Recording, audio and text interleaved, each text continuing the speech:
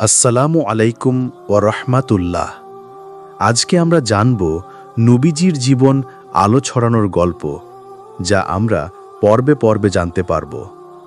তাহলে চলুন আমরা জেনে নেই প্রথম পর্ব, নবীর জন্মগ্রহণ ও শৈশব নিয়ে। অনেক বছর আগে মক্কা শহরে জন্ম নিয়েছিলেন এক মহান মানুষ।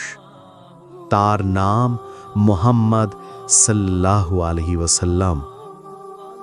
তিনি জন্মগ্রহণ করেন 570 খ্রিস্টাব্দে রবিউল আউয়াল মাসে।